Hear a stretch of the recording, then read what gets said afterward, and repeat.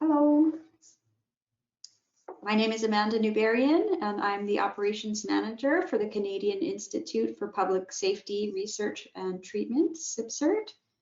Thank you so much for joining us today. We'll just pause a couple minutes while we wait for all the attendees to join, and then we'll proceed. So before we get started today, there are just a few housekeeping items that I'd like to go through. One, all attendees are in listen-only mode to limit feedback and noise. Today's session is being recorded. You'll be sent a copy tomorrow, so if you do miss anything, you can watch again. The GoToWebinar launch window can sometimes be blocked by organizations, so if you're having trouble hearing or seeing the presentation, you may have to join us by phone, and I'll add that into the chat after. Time permitting, we will respond to some questions at the end of this session. So you may submit your questions using the question box, and you can submit them in French or English. So once again, welcome to today's presentation, Families Matters Research Group Interactive Series, PSPNET Families Virtual Wellbeing Hub. Well, let me introduce our presenters for today. Joining us, we have Dr. Heidi Cramm, Dr. Heather Hadjistavropoulos, Dr. Nathalie Reid, and Lisa Delaney. Let's begin. Thanks so much, Amanda.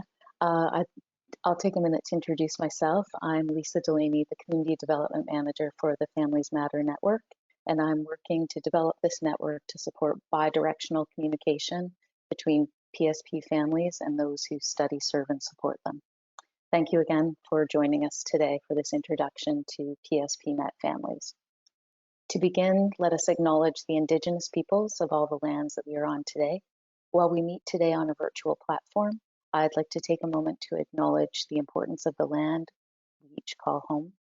We do this to reaffirm our commitment and responsibility in improving relationships between nations and to improving our own understanding of local Indigenous peoples and their cultures.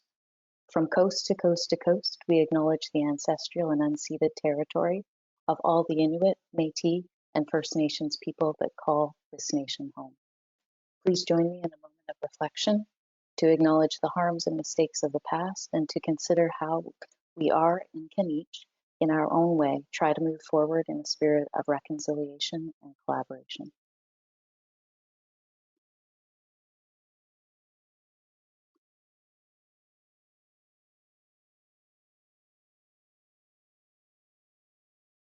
Thank you, and now I'll turn things over to Nathalie, Heather, and Heidi. Thanks so much, Lisa and Amanda, for organizing this today. So I wanted to give Heather an opportunity to introduce herself. Hi, I'm Heather Hadjistavropoulos, and I'm a professor of psychology at the University of Regina and have had the pleasure of working on PSPNET Families with Heidi and Nathalie and the rest of our big team. Hi, everyone, and thank you for being here today. My name is Nathalie Reid. I'm the director of the Child Trauma Research Center at the University and have been thrilled to be part of this adventure alongside these wonderful humans. Hi, I'm Heidi Cramm, and so I'm an occupational therapist, associate professor at the School of Rehabilitation Therapy, and the research lead for the Families Matter research group based at Queen's University. I wanted to kick things off with giving people some context of how we got here, because we have been working fervently behind the scenes to get to the point where we can actually share with people what this looks like as a cohesive whole when we think about PSPNET Families as a virtual well-being ecosystem. So for me, as the research lead for the Families Matter research group, we really do come into this with a vision for a Canada where families of military veterans, and here we're focusing on public safety personnel who really serve alongside those who are on those front lines, who are supporting those on the front lines. And we really want to be able to see how evidence can be used and applied in the development of resources and supports and services for the families of those who serve and support. One of the things that we've been doing to really understand where and how families are included in the conversation at the organizational level, at the service provider level, it's like where and how are families part of this conversation? And so we've gone through and really tried to identify what the nature of those supports and services look like. And so this mapping of the field has been a really important part of us understanding what families actually need. So we couldn't kind of come in with this assumption of we know what families need, because this is a very new field. For those of us who've been working in military and veteran family health, it's really been looking at to what extent can we apply that learning? Can we apply that knowledge? So we really wanted to kind of get that context right. So we've done a lot to really build the base. Like, what are these foundations where we can try to understand what exactly is currently known and knowable about the particular challenges that face family members like my own, living in this PSP connected community. And so we've done a series of these reviews to really help us get that occupational impact. Like, what does it mean to be on the job, and how does that shape the day-to-day, month-to-month, year-to-year of families as they move through that kind of career life cycle? So what we see here is kind of a convergence. So that first slide that showed Nathalie and Heather and I, it's really the three of us kind of coming together to build this. And so it's been built in a bit of a staggered way, because one of the things that we have on the right-hand side is PSPNET, which Heather's been very involved in developing and adapting for the needs of those who are serving as PSP. But what we wanted to do was say, what about the families and where are they in this? And so with Nathalie's child trauma research unit and that whole trauma-informed lens, and the Families Matter research group with building the foundations, we've pulled this together.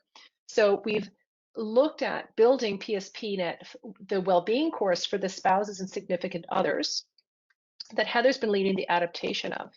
And Nathalie and I have been really working hard, and this is a large team behind all of us making this actually happen today, but making sure that we've been able to say, okay, so for spouses and significant others who need that kind of focused, individualized help, but what do they need kind of upstream from that?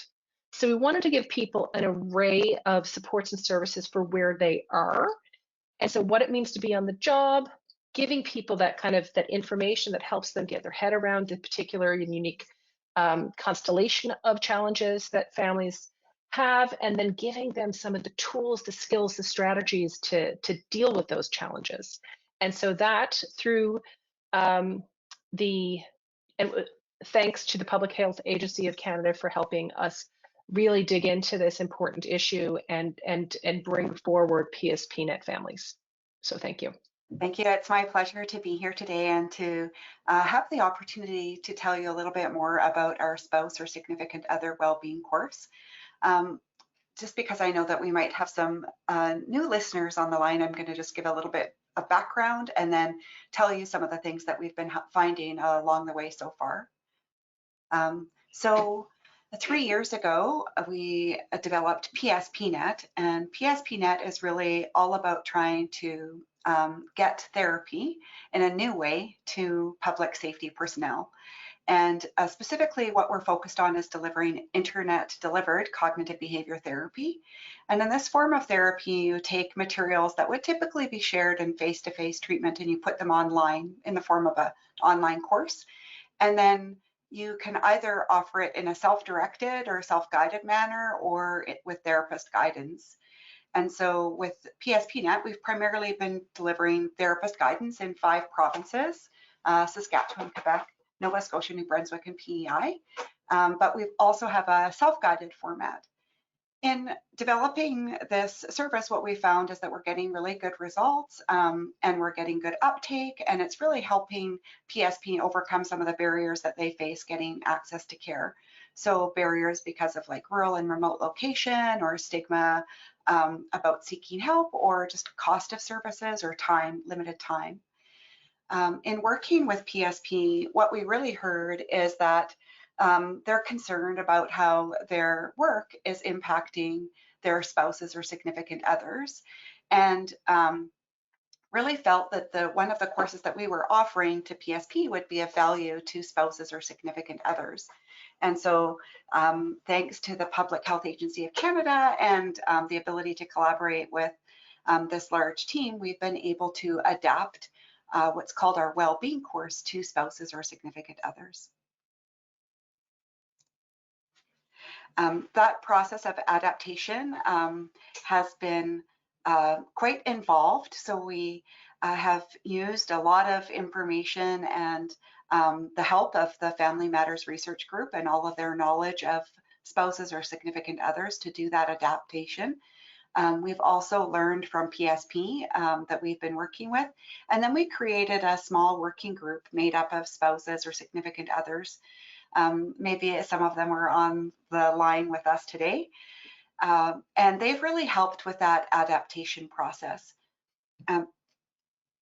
Basically, the main thing that we've worked on is that within these course materials, it gives different strategies, but there's also a lot of examples and stories that are included that help people apply the strategies to their life. So that's been a major piece of the adaptation. Just to give you an example of how this looks, so that Wellbeing course has 5 core lessons. And like I mentioned before, it really covers the core content of what's often shared in face-to-face cognitive behavior therapy. The first lesson is really just sort of taking the time to understand what may be going on for you in terms of thoughts and behaviors and physical symptoms and emotions. The second lesson is really focused on like thinking about our thoughts and how our thoughts really influence how we feel. Our third lesson is focused on managing physical symptoms that often go along with mental health concerns like depression and anxiety. The fourth is really focused on avoidance behaviors because it's very common when we start to have a lot of stress or anxiety or depression, that avoidance and safety behaviors are common. And then the fifth lesson is really on goal setting and relapse prevention. So the way this works in terms of this particular course is it's set up so that each lesson includes a video overview. There's then lesson content with lots of pictures and some text to help people understand the concepts. There's then these stories and examples. A fourth piece is frequently asked questions, and then a fifth piece is do it yourself. So every lesson comes with some homework. In addition to these core lessons, participants can review many additional resources that we also have available on lots of topics, and also participate in a discussion forum that's led by a therapist if they wish. We typically recommend that the course is completed in an 8-week timeline. So since we launched in July, we've had 160 spouses or significant others enroll in the online screening, and then 84 who've gone on to fully complete it and that were actually enrolled in the course. And then of those, 55 have gone far enough along to provide us with feedback in terms of how they're finding the course. And then we've done 19 interviews to really try and more fully capture in more detailed way than sort of questionnaires or online questions can provide, to really look for opportunities to continue to improve and tailor this course.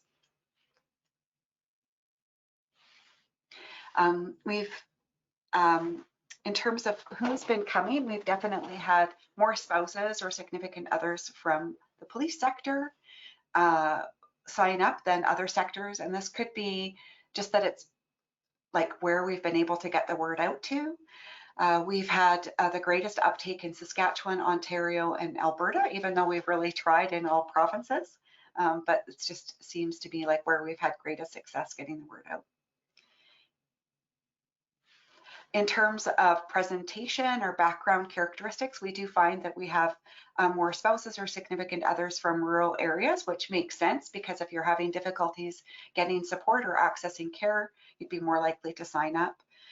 We do find that more women are participating, and most are currently with a PSP, although we do have some instances where it's of somebody was formerly related or married or in a relationship with a PSP. In terms of background presentation, it's definitely the case that the primary reason for signing up is because of concern about relationships, but about 27% would be scoring in the range to suggest they have clinical levels of depression, and about 28% have clinical levels of anxiety. We do see generally, like all the clients who come in, the vast majority would have milder forms of depression or anxiety or stress. In terms of feedback, we're definitely getting lots of positive feedback about what we're offering. In terms of all the different aspects of it, people finding it's very easy to follow, it's accessible, they're enjoying, in addition to the core lessons, the additional resources, and definitely appreciating that it's tailored to meet their needs. That said, we do get some suggestions for how we could improve going forward. So one of the things is that we suggest this 8-week timeline. We're hearing that that's kind of fast for busy families. We also hear like the questionnaire part, the research part of it is less appreciated. And also that a lot of people who go through would really like if they could have access to therapist support. So the way the Public Health Agency of Canada funding works is that it is designed to be non-therapist supported. So that's why there isn't a therapist at this point. We are getting some suggestions for how we could continue to develop our case stories, and also a desire for more audio content, less reading, which also might reflect the busyness of our spouses. I have a couple of quotes that are up here, but just because of time, I'm going to skip past them, but really they're consistent with the things that I've said in terms of what clients are liking and appreciating. We definitely see that spouses who are feeling isolated from family and friends really are finding this a convenient way to get support.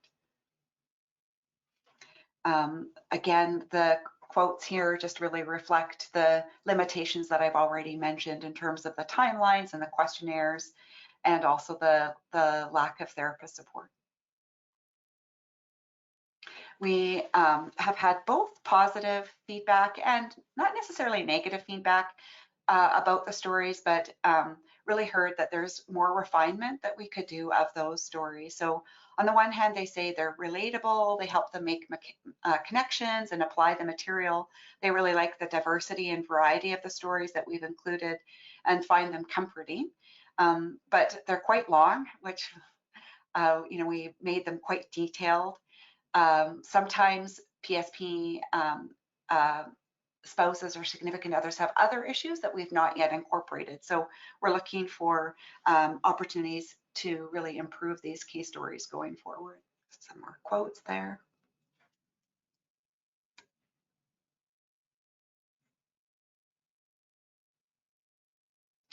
So in terms of next steps, we're really taking into account the feedback that we've received so far. And continuing on with revision. So we actually already made what we call our version 1.5. In version 1.5, what we really focused on was improving some of the processes that would help with the course implementation. So simplifying the sign-up process, adjusting things like our automated emails, some of those questionnaires, changing the discussion forum so it's more visible, and then offering a certificate of completion for anybody who might want it at the end of the course. We have some additional changes that we're going to make with version 2, and we hope to launch that in January, for sure by the end of this project. So we really are taking into account the feedback that we've received from the spouses or significant others to really refine those stories and adjust our content, as well as the processes of care. So some more changes to automated emails and the screening. So make it less research based as we move forward. So we still want to be able to evaluate, but have that be less sort of prominent for the clients. So yeah, I hope it's of interest to you. And if you are, please come and check out our website. And also please do share the website with anybody that you think might be interested. We really are getting very positive feedback. So even though there's things that we could improve, the overall consensus is that this is very much worth the time of spouses and significant others, and an appreciated service. So we would really encourage you to spread the word.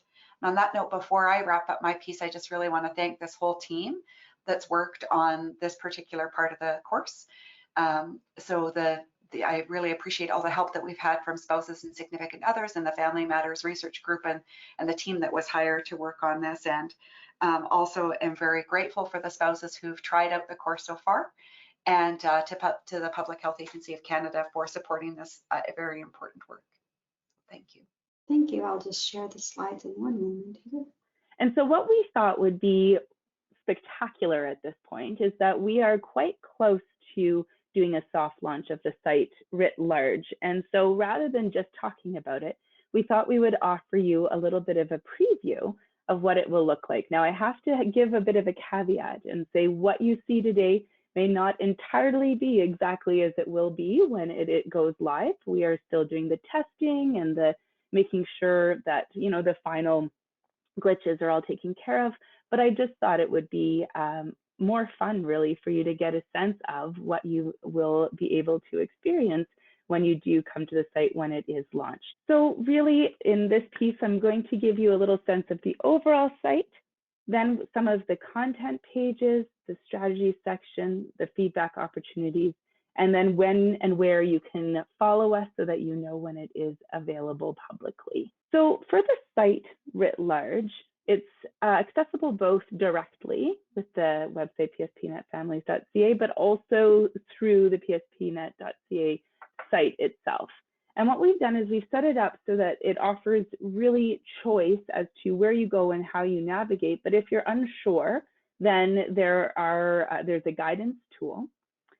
Based on feedback that we received quite broadly, in fact, we've included a quick exit button. You'll see that at the top right. And I think that's an important piece to consider when we think about being inclusive and user safety and all those kinds of things. And what the site does is it offers access to the Wellbeing course and also to information and strategy. So it's this whole ecosystem that we have been working very diligently on. And so Amanda, if you wouldn't mind, could you show the preview of the site? You just have to hit play in the middle. Excellent. So this is what the site looks like when you come to the landing page.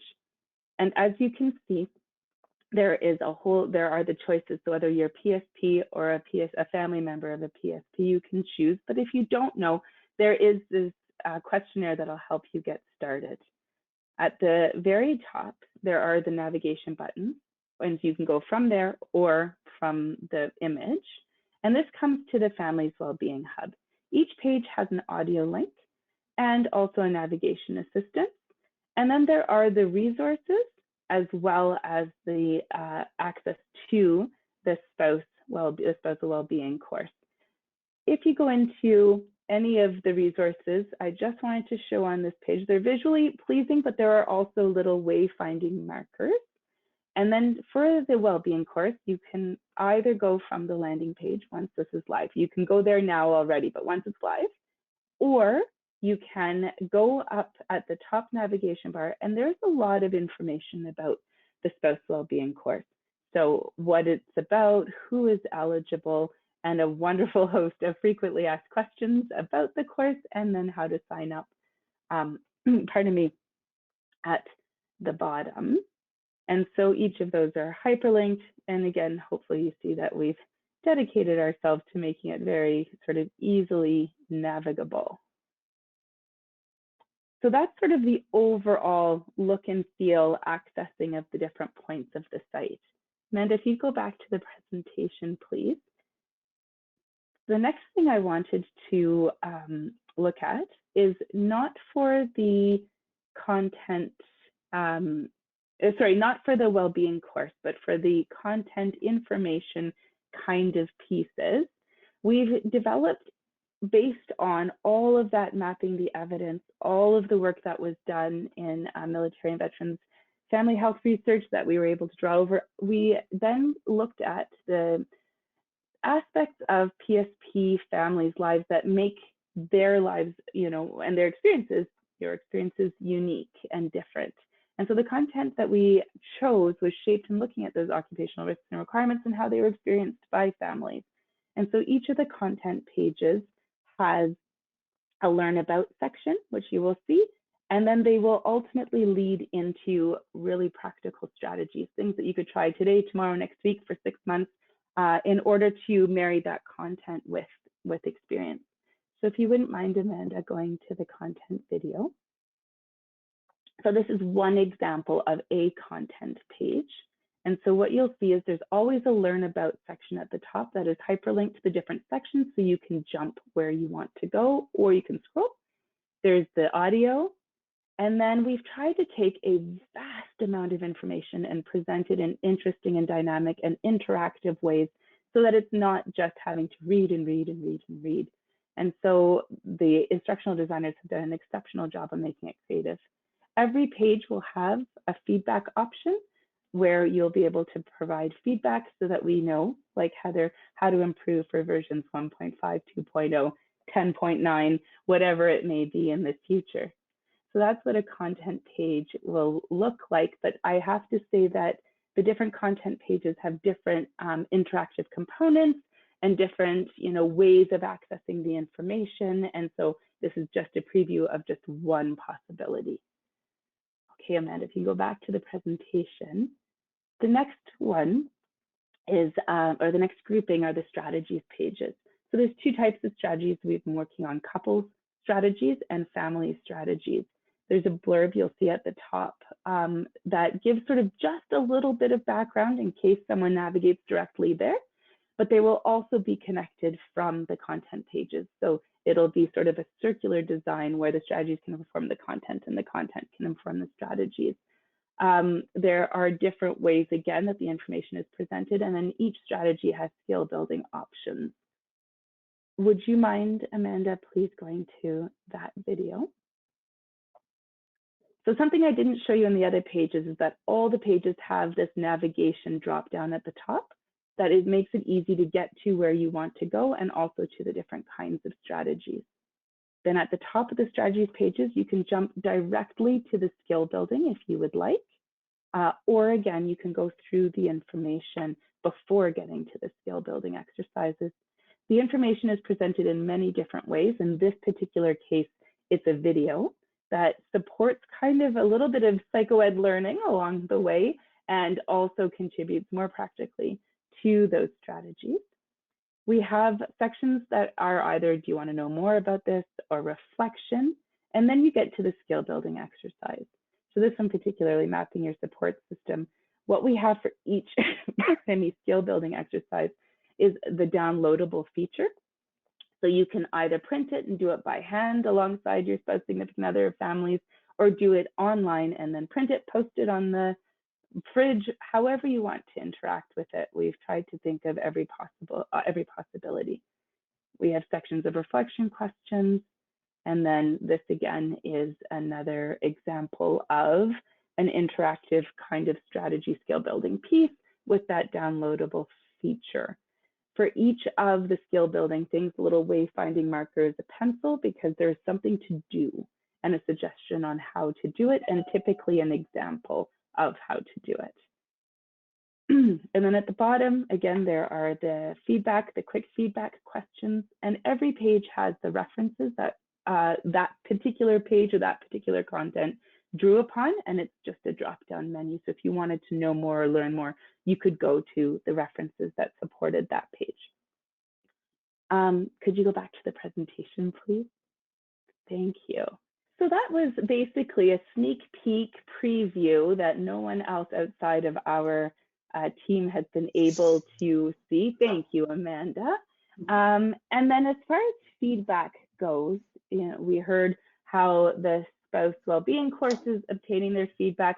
We're in the final stages of establishing a focus group who will give us sort of tailored and specific feedback. But additionally, for anyone who visits the site, there are going to be two mechanisms. So I showed you those boxes that said, was this resource helpful? It's very quick, yes, and then there's 5 options that you can click, or no, and 5 reasons why, and it just submits, and it's anonymous, and it doesn't, it just gives sort of immediate feedback.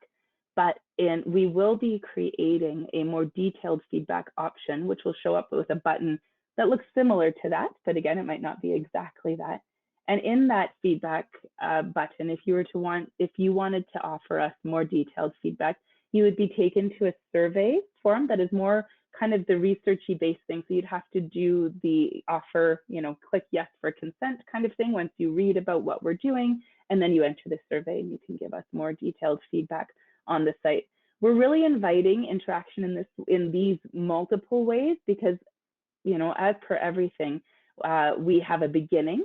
This is a version 1, and that feedback will really shape iterative versions of what we are going to do, and we'll be really responsive to the users who are coming to the site. So we do invite you to engage with the site in either one of these ways once it becomes available. So important dates and social media to follow. I'm going to apologize in advance. Obviously, Facebook and Instagram sites are good, but before we, publish this presentation, we'll make sure that the Twitter and the LinkedIn sites are visible. However, the spousal wellbeing course is already launched and running, so you can go directly to PSPNet or PSPNetFamilies.ca to sign up, and please do. Content and strategies are getting their final touches, and the soft launch we're looking in the very near future, and maybe hopefully the second week here of December. But as per any website, there are always, moments of finding little glitches and whatnot. And so we are not committing to a hard specific date. We're just inviting you, please, to follow us on social media, where we will announce when the website is launched, or you can visit any of our respective websites, where there too we will celebrate and promote and sing it from the top of the mountains that our website is finally launched and accessible to the public.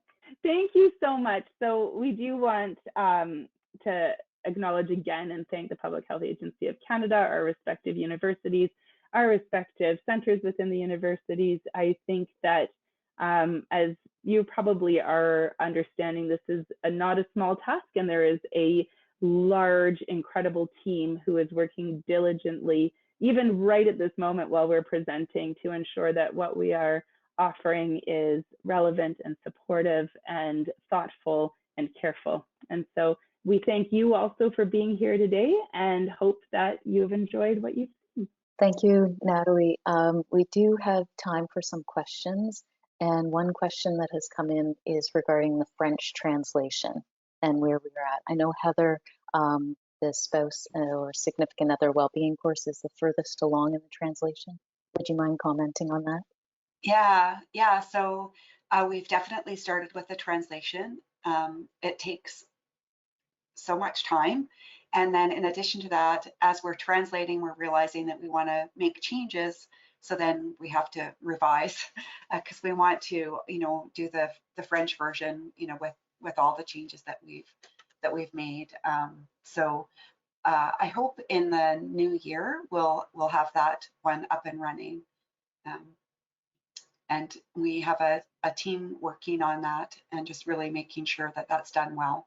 Thanks, Heather. The overall plan is for PSPNET Families to be in French and English. Not sure what version we call that, but it is definitely the plan. The other piece I wanted to comment on is we really wanted you to know that the Family Matters research team and our broader team is, yes, definitely composed of many academics, but many of these academics are PSP connected. So spouses, significant others of PSP across the 5 sectors, as well as military and veteran spouses. So when the building of the evidence wasn't solely academic, it was also personal, a personal project for many of the team members. So we wanted you to know that they did a lot of reflecting as they moved through the course development and website development. So we hope that to ensure that everything resonates with people. I also wanted to comment on next steps on PSPNET Families and kind of our collaboration with all of you who have joined us today. We really want you to share the news that PSPNET Families will be on soft launch, hopefully next week. And over the next few months, we want to you to help us direct as many families and colleagues and friends to the site so that they can offer feedback while they're on it, but also to join us hopefully in February for another virtual roundtable discussion where we want to collaborate with you and get feedback with you on the information, the resources and strategies that you've seen in and used in the website, and let us know what needs to be changed for, as Nathalie said, version 10.9. Internally, it does feel like we've had many versions because we really want this to be a collaborative, responsive website and resource. So be on the lookout and stay tuned for that February date, and we'll share it through all those social media channels. I don't see any other questions in the chat, but I do invite people to continue to ask, and I'll also pass over to Heidi, Nathalie, and Heather for any other comments. I'd like to comment on your comment about the composition of the team, actually, because I think that one of the things coming into this as like a longtime fire spouse, it was very interesting for us to really dig into what the evidence was kind of giving us in what these issues are about what it means to be on the job, and how by creating this resource, I was able to see my personal experience represented as a shared phenomenon. And it really started to give kind of shape and voice and validity to the reality that these are challenging jobs, that those challenges are shared by the families. And so, you know, that idea of us serving alongside, like it does affect us at different stages of our life course and different stages of the job life course, my job life course, like the ways in which the job really does kind of influence has become clearer for me, even working through this as a project. So it's been an interesting point of reflection to kind of test it against my own experience and to think about, you know, almost 30 years into this, you know, what would I have wanted to have known? What would I have wanted to understand? And it's been a tremendously useful experience. So I hope that people find that find utility and value in engaging in the material as we have in creating it. Thanks. Another comment has come in through the chat, commenting on these are phenomenal and much needed resources. Congratulations. We appreciate that. Wondering if military and veteran families are eligible to take the Wellbeing course. So they would be, just because it is a self-guided program, you could sign up for that. We wouldn't exclude you for sure. It is the case that the stories and examples have really they wouldn't fully represent the experiences of military and veterans. We know that there is some overlap, and certainly if somebody asked to sign up, they could. We wouldn't use your data within the data that we're currently collecting around spouses or significant others of PSP, but I think we would still open that up if it was wanted. Any other questions or comments that we can respond to in the next? We have a few more minutes for sure. Or anything from Nathalie, Heather, and Heidi that additional comments you would like to make? There is a question. Sorry, Heidi, okay. Do you want to go first? There is an additional question in the chat that says whether the slides can accompany the recording. Are we able to share the slides? Amanda, is there any rules that I am unaware of? I don't think so. So the video recording will automatically be sent out after, generated by GoToWebinar. And there may be a way for me to include the slides in that, but if not, I think there's a way for me to just send them by email. So I'm sure if there's a willingness to get them out, we could get them out to people. Yeah. Yes, I think usually we attempt to post them shortly after each event. we appreciate the feedback that we are getting through the chat, that this really sounds like it's resonating for families. Please dig into it, explore it, and really let us know, language, each word has been pored over and debated, and so we really want to know if all parts, the good and the what to work on as we move through. So in thinking about Heather's response about whether or not the PSP spouse and significant other course is relevant to military and veteran, we looked at this kind of angling of, to what extent are these kind of lifestyle dimensions shared? And there is so much overlap. So when you think about things like mobility, so having to move a lot in certain sectors in public safety, that is a real issue. If you think about certain elements of police, in provincial and federal jurisdictions, these families really do move at rates that are similar to military. So it does create consequences for the family about feelings of separation and isolation, that kind of disruption of career paths and impact on you as a spouse or significant other. So there are so many ways in which there is similarity. There are some things that are specific and unique, but I think that it's going to depend in so many ways on like what your service element is, what your occupation is in the military. If you're armed services, you might move more frequently than if you're Navy and to more places. So in the same way, so that we really tried to capture all of that kind of it depends stuff that comes up, because there's just so many different ways in which these kind of dimensions that shape family combine differently. So there's value in that. The representations might not ring exactly true, but so many of the core elements and issues remain shared, I think. Thanks, Heidi. I just wanted to take a moment and echo what Lisa said about, digging in and chewing on this. What we are launching in the soft launch, hopefully next week, is really version 1. It is the first time, we're offering it outside of the circle of people who have worked on it. And yes, that's included an incredible amount of input.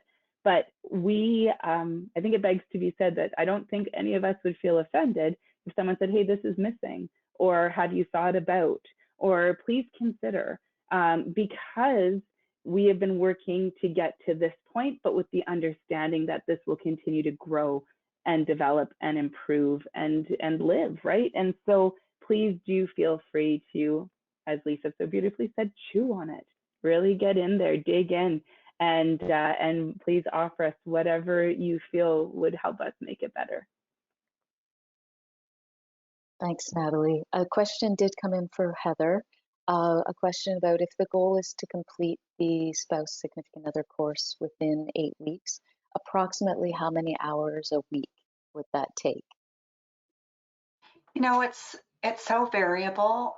What we know with this type of therapy is that people have different approaches to it. So there's actually been some research on this. There's some people who are readers, and what they're doing is, they're reading the material. It's probably about an hour of that time. And then there's other people who are readers and doers. And so they're the people who are like reading and they're actually like practicing the strategies and really taking time each day. And so then it could be like a couple hours, or there's like people who are like, they're having some significant challenges and they're working on this on a daily basis. And, so we do get people who are saying, well, I'm spending, 4 hours on this, but it's really designed for individuals to come and work on it in the way that they want. There's no like requirement, like you must do the homework. There's definitely benefits from, reading and considering the material as well. The other thing that I would mention is that the strategies are the same strategies that we teach PSP and that we teach in any type of problem for depression or anxiety or PTSD or just general stress. They're the core strategies. And even the stories that we have, like they are very much related, to being a spouse, but there's lots of other stressors that are in there as well. So if you are somebody who's a spouse and you yourself have depression, and then you're also within this context of more stress because of your family environment, like that's incorporated there. But the it's about general well-being. It's not only like, we're not only just addressing like the specific issues to being a spouse. If that's sort of clear. Thank you, Heather. Another question came in of, is it open to parents of PSP? So the Wellbeing course has not been written with the parent in mind, and so we probably wouldn't recommend it. But it is something that we have heard that it's an issue and something for us that we are considering longer term, about like how big of a need that is. So I feel like that might be an extra stretch. Like, for sure, like you could take away those strategies, but the examples, you might not relate fully to, I guess. Nathalie and Heidi, do you want to comment on the other layers or pieces? I can jump in, and then Heidi can fill in whatever gaps I leave, because I'm sure they'll be plentiful. But when we were orienting ourselves from the outset, it's always important to situate your understanding of the foundational aspects of any work. And so we really worked quite a while on how do we situate our understanding of family? What does that mean, right? And I grew up in a military family, and so my understanding of family includes blood relations and adopted family and community as family. And so we tried to think very broadly about, siblings. And parents. So we do know from our work with military and veteran family research is that these really are real issues, and we have to have a very inclusive representation of family. And we want to make sure that we have, as Heather mentioned, in terms of some of the people who've signed up already and kind of been completing the course, is that it doesn't only look at the spouse, the current spouse of the person in question, right? So we want to be able to realize that different people at different parts in a family's life course may struggle to understand what's going on and to prepare themselves. And so we certainly, especially on the outer layer of just like, what does it mean to be on the job? All of those things should be very accessible to parents. And if they're not, we want to know that it isn't.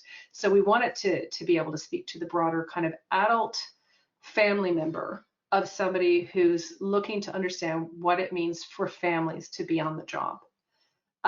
So with that kind of question around diversity, I know there's another question that's kind of come into me privately about representation related to the variety of public safety sectors. And so this is where there are complex issues that we have distilled out in terms of the way that the work looks or could look, depending upon what sector you're attached to as a family member. And so there are going to be different things like connection to the community and how you can connect in to the community and how the community views you as attached to that family member. As a fire spouse, I generally get a very positive response of like, oh, your husband, he's a firefighter. Oh, like, that's nice. People generally have a positive orientation towards fire. I think that police families can struggle with those kinds of feelings of inclusion and belonging, and that there can be a kind of conference onto family members about some of these kind of more polarized views on police that we see more commonly. And so we have tried to be sensitive to those variations across sectors, and we definitely do not see the sectors as the same. Even within something like policing, you have people at the municipal, the provincial, the federal level, and that's why we've tried to pull out these kinds of dimensions like mobility, because it can affect you depending upon what jurisdiction you're in, depending upon what stage of life career you're in. So there's a whole lot of it depends things, and we hope that people can see we hope that we're getting there in trying to represent that the complexity and variety for people. So Nathalie, I know you had a good cough. If there's anything you want to add back into that. No. Okay.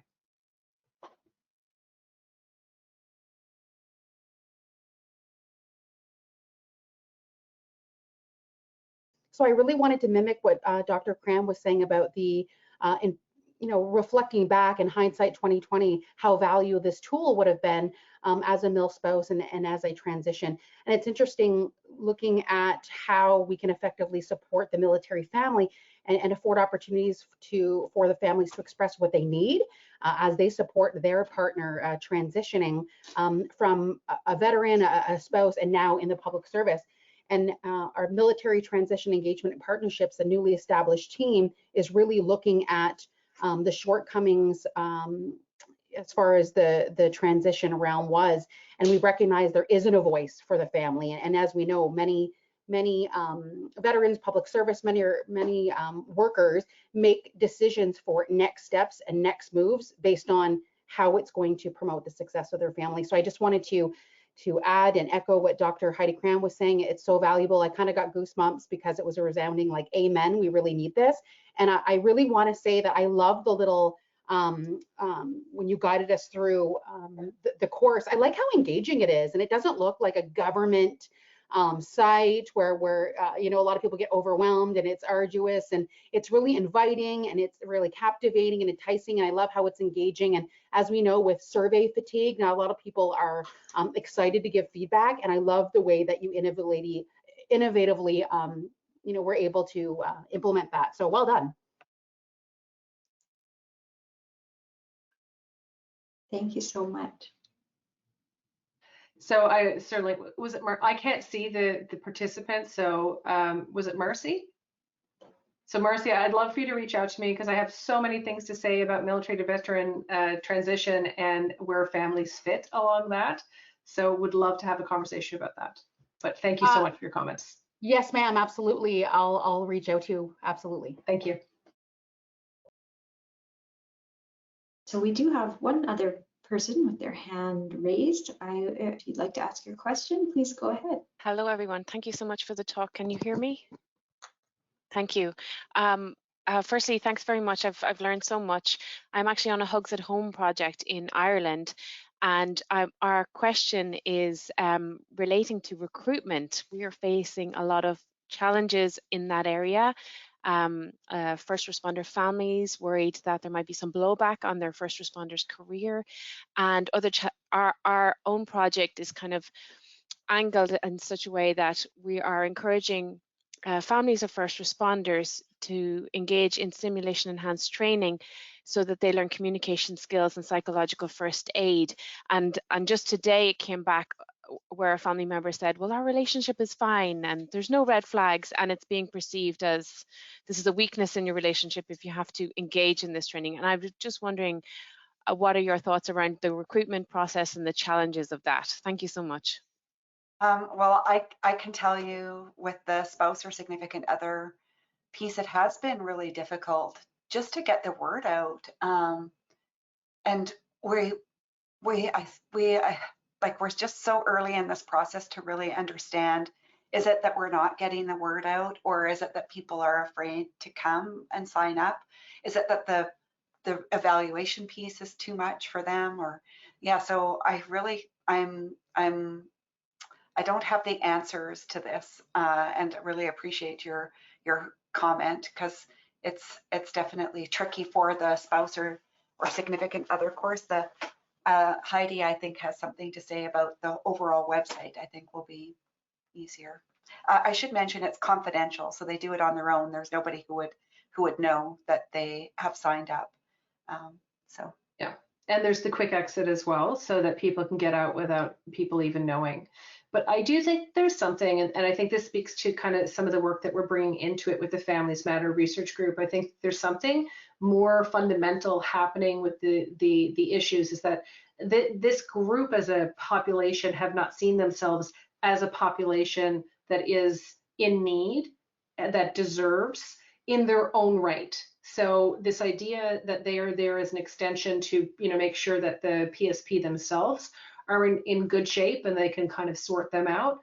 Family members want that, and they need some of that at different points of how situations unfold for certain families. But this is for family members in their own right, and I think that's the part that's new and different, because it's not necessarily that we're training people to be, better caregivers of someone who is struggling with trauma. We're actually like attending to the challenges of the lifestyle. And I think that it's going to take some time for people to see themselves as a population that is deserving and in need of these kinds of services and supports. And I think we need to get at that level of just awareness and caring for the population, because it's not something that is generally understood within the broader community. So I don't know that people see that in themselves. That's something I've been ruminating about, is like, why is it so hard to reach people? But I like your work. We've been following you on Twitter, so it's really exciting to see what you guys are doing. Thank you so much. Thank you very much. I have one final question. Is that okay, Amanda? Yeah, one final question. Just needing people asking for confirmation of where this is available and who this is available to. It is available across Canada to friends, parents, spouses, significant others, partners, adult children. So yes, it's throughout Alberta, Ontario, everywhere. And we would love people to offer the link across and circulate and become part of the Families Matter network as well, so that we can get all of these resources out to you as quickly as possible. There's a short survey at the end of this today, and there's a link to our mailing list if you aren't on it already. So please stay connected, and don't hesitate to let us know, and join us again in February to dig in and do feedback on PSPNET Families after you've had a few months to explore it and use it.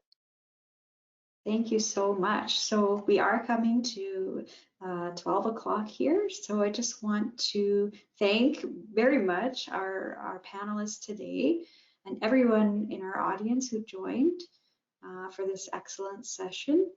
There will be, as Lisa mentioned, a survey that pops up at the end. So once I close the event, the survey should pop up for you. So we hope you'll take a moment there to fill out the survey. And as we mentioned as well, the video will come tomorrow, and we'll discuss it amongst the panelists. And if we can, we will certainly share the slides with you by email. And I just want to mention too that CIPSRT hosts monthly town halls on topics that are specific to public safety personnel. If there's something that you want to learn more about, you can let us know in the survey. Our next town hall is on January 19th. It's going to be presented by Nadine Leduc on the impact of leadership behaviors on the mental well-being of and public safety communicators. So we hope you'll consider joining us. The link to register will also appear in your follow-up email that you receive. So once again, thank you so much to everyone for attending today, and take care. Bye-bye. Thank you. Bye-bye.